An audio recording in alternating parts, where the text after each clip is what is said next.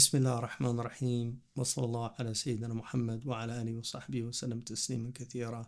السلام عليكم ورحمة الله وبركاته. Alhamdulillah, one of the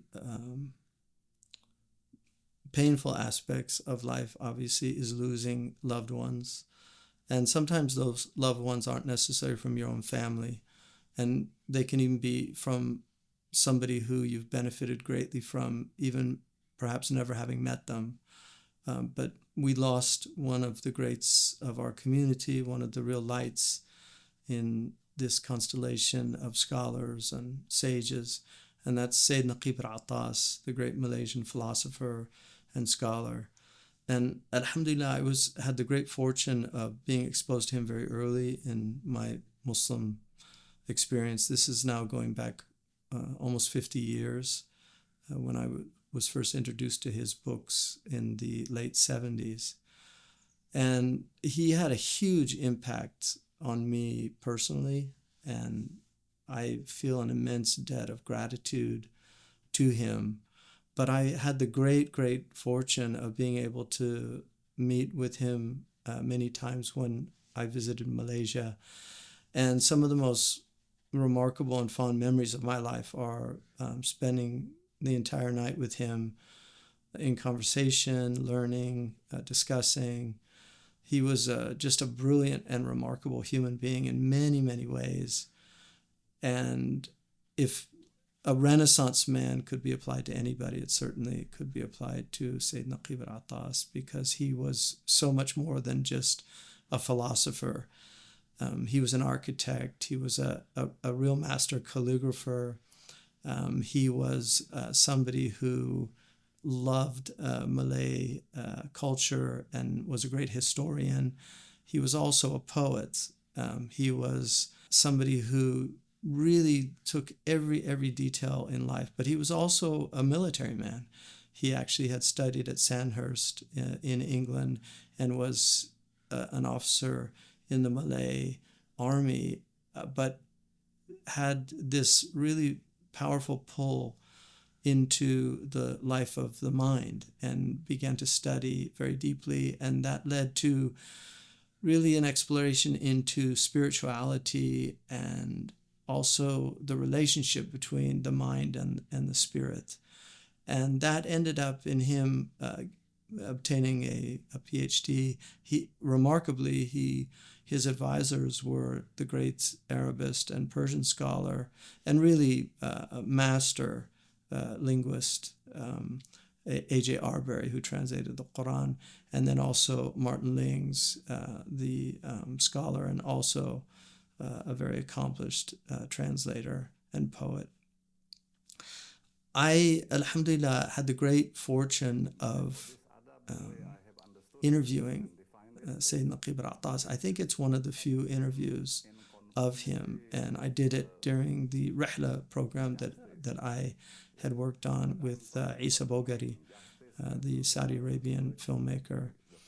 And it was really just a remarkable experience to sit with this sage and hear him impart the kind of wisdom that he had. I think that he wrote some of the most important books that we have in navigating modern Islamic discourse, and also understanding the situation that we find ourselves in. He wrote a book called Islam and Secularism, which I really think every Muslim should read it if they want to understand the current crises that we're in, because he really gets to the heart of it. I just want to read something from that book and talk about it a little bit. He says, the confusion in knowledge of Islam and the Islamic world view creates the condition which enables false leaders to emerge and to thrive, causing the condition of injustice. They perpetuate this condition since it ensures the continued emergence of leaders like them to replace them after they are gone, perpetuating their domination over the affairs of the community. Thus, to put it briefly, in their proper order. It's very interesting he says that, to put it briefly, in their proper order, because he, at the heart of his teaching, was this idea of order, this idea of adab, that adab was putting things in their proper order. So he says, thus, to put it briefly in their proper order, our present general dilemma is caused by 1, confusion and error in knowledge, creating the condition for 2, the loss of adab within the community.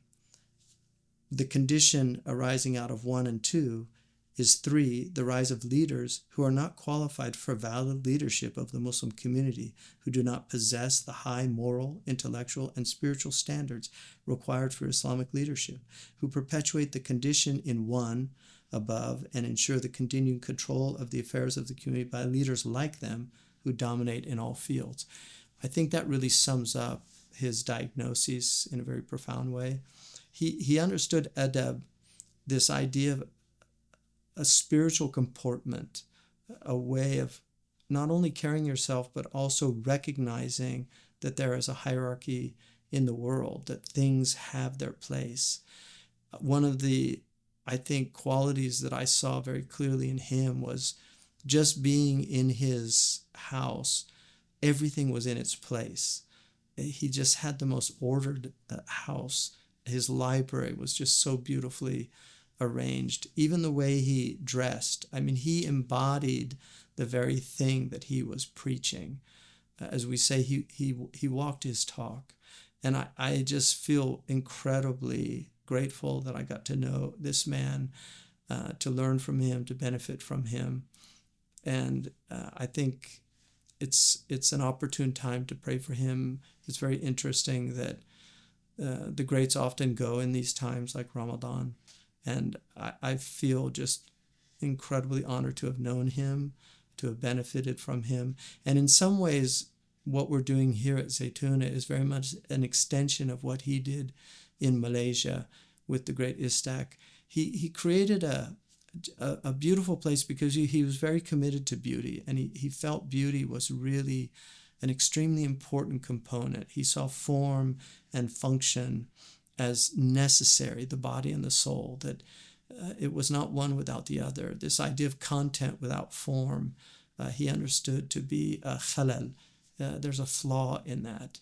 And this is something that the modern world just does not give a lot of credence to form, and the content is often deeply degraded and in many ways vicious. But he was a man of great virtue. Another thing about him that it was really stunning was his joy. He was a genuinely joyful human being, and to sit with him, he laughed. He laughed a lot, and it was, but not in any frivolous way, in a deep, just embracing life. He will be sorely missed by the people who knew him, certainly by his family, but I think also our community, because he was a voice in a time that more than ever, just we need voices of just wisdom, and I think that's, in the end, would sum him up, that he was a profoundly wise human being, and he loved this religion. He loved the Prophet ﷺ, and I think he embodied that. The other thing, a lot of people might not know this, but the whole idea of the Islamification of knowledge, aslamat al-ma'rifah, this was his idea. It was taken by other people, and he did not always agree with what they did with it, but it really was his idea, was this idea of recognizing that Islam has a worldview, and that worldview has to be understood before we approach knowledge. And that's at the heart of his centralizing metaphysics, and how important it is to have a sound metaphysics in order for things to flow from that without a sound metaphysics, you will always get things wrong. In any case, we just... Rahimahullah wa radiyallahu anhu. May Allah subhanahu wa ta'ala be pleased with him, grant him a high station in Jannah. May Allah subhanahu wa ta'ala, inshallah, give solace to his family, those who left behind. I know his daughter Shifa is a wonderful human being and took great care of her father in the last years of his life. And I was very fortunate in being able to connect him with somebody here that helped them medically. So that owe a great debt to Dr. Al-Abaji, Suhail Al-Ubaji, who really helped diagnose something. And so may Allah subhanahu wa ta'ala, inshallah, make his books read in our community, because I think we would get great benefit from understanding the vision that he had. Alhamdulillah.